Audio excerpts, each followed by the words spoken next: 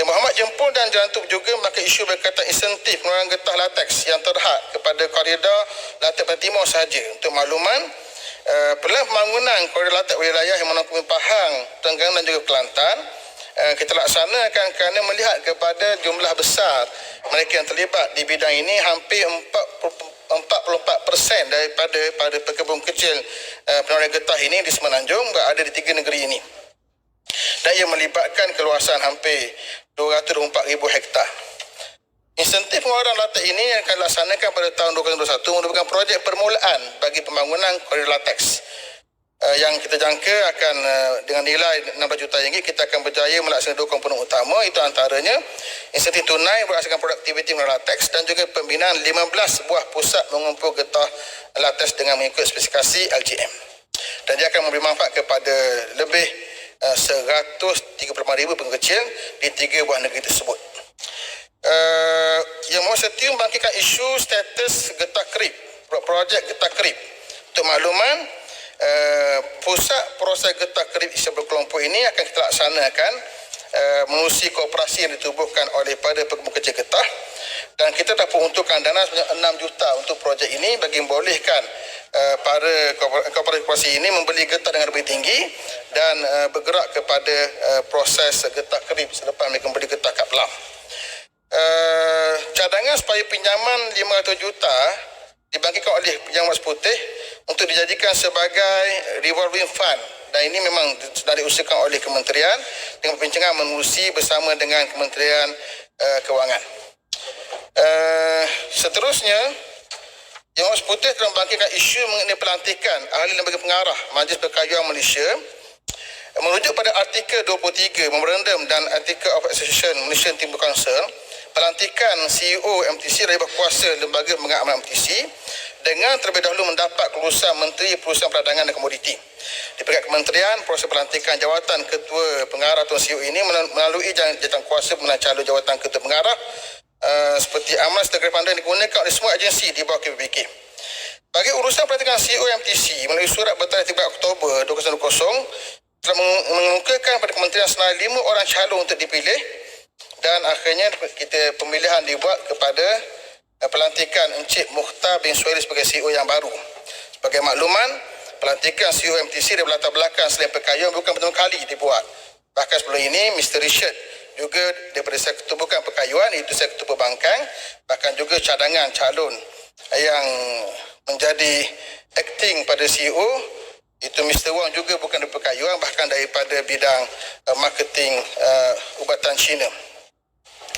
Dan berhubung dengan pelantikan pengarah, mengikut peraturan pelantikan rasmi 14 orang, dan apa yang dibuat pada hari ini ialah pelantikan seramai 14 orang dengan 4 orang pelantikan politik, pelantikan bebas yang dibuat oleh pihak menteri.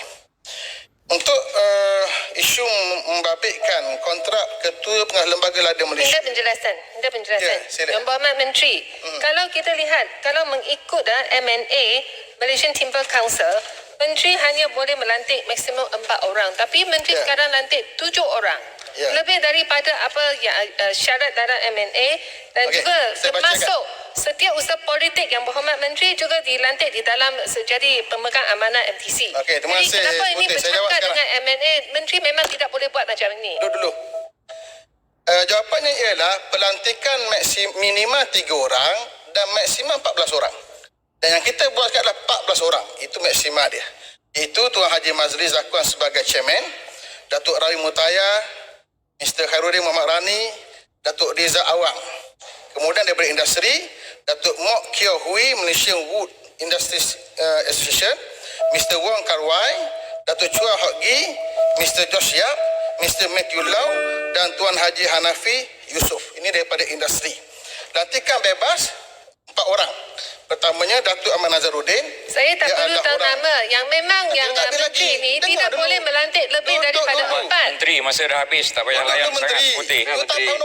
Saya ada soalan penting. Dan juga kenapa yang MWIA, saya nak tanya pasal nama orang yang kampung. mereka cadangan itu tidak dilantik, tapi yang menteri pergi minta mereka hantar 3 orang calon dan lantik ESCO saja. Yang Berhormat Menteri, saya nak bagi tahu yang MWIA ni adalah founding member pengasas MTC. yang alih-alihnya menyumbang 90% daripada jumlah levy ekspor kayu kayan. Jadi apa yang dilakukan oleh Yang Berhormat ini menjadikan yang pihak industri kayu kayan sangat tidak puas hati. Dan juga MTIP masih ada 5 orang pengarah yang sepatutnya yang Menteri Menteri jawab. Yang Berhormat, biarkan Yang Berhormat Menteri menjawab. Silakan. Yang seperti tidak akan pernah sepuas hati dengan jawapan kita. Itu biasalah seputih. Tapi betul. Saya maklumkan bahawa Bagilah tadi peluang untuk dapat penjelasan kerana mengikut perundangan, kadang-kadang mengikut jawapan peraturan ialah tidak memadai.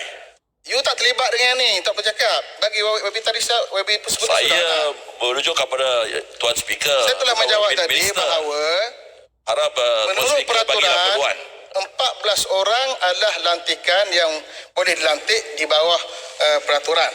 Dan 14 orang ini telah dilantik seperti mana peraturan saya sebutkan tadi bahawa 6 orang daripada industri dan 4 lantikan bebas. Dan 4 orang itu, 2 orang daripadanya adalah mereka yang terlibat di bidang perkayuan sendiri, iaitu Tuan Haji Datuk Ahmad Nazaruddin dan juga Mr. Richard. Tidak ada sebarang salah laku dalam pelantikan ahli lembaga pengarah.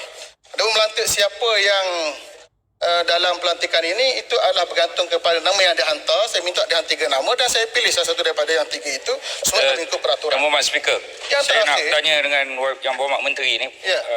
sebab tak jawab soalan saya dan dah habis waktu ni. Pertama, ucap terima kasih kerana dapat melonjakkan harga sawit. Tapi saya bertanya, bagaimana dengan harga getah, koko, kenaf, kayu, ladi hitam?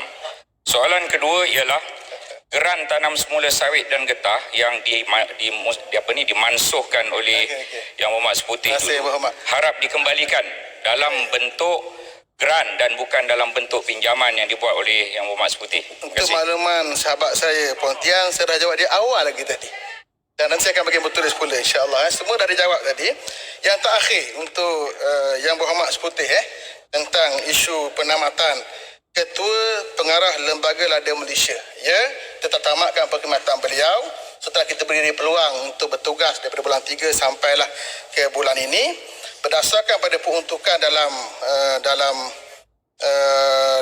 lembaga lada itu, kerajaan boleh pada bila masa memberhentikan perkhidmatan pegawai dengan beri notis secara bertulis seperti yang diperuntukkan dalam jadual perjanjian kontrak atau dengan membayar kepada pegawai 1 bulan gaji sebagai ganti notis tanpa memberi apa-apa alasan.